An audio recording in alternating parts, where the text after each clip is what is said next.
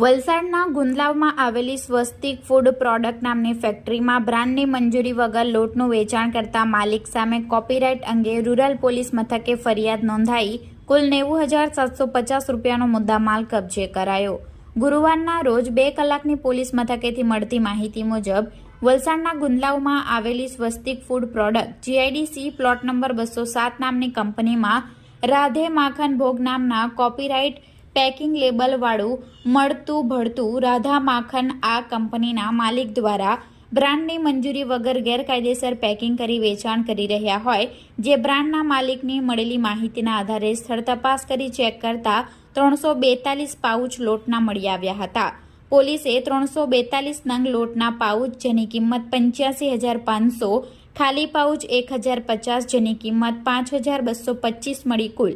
90,750 રૂપિયાનો મુદ્દામાલ કબજે લઈ બ્રાન્ડના માલિક હિરેન મુકેશભાઈ પટેલ દ્વારા કંપનીના માલિક ગૌતમભાઈ ફતેચંદ શાહ રહે દીક્ષિત મોહલ્લા પુષ્પાંજલિ રેસિડેન્સી સામે કોપીરાઇટ અંગે વલસાડ રૂરલ પોલીસ મથકે ફરિયાદ નોંધાવી છે।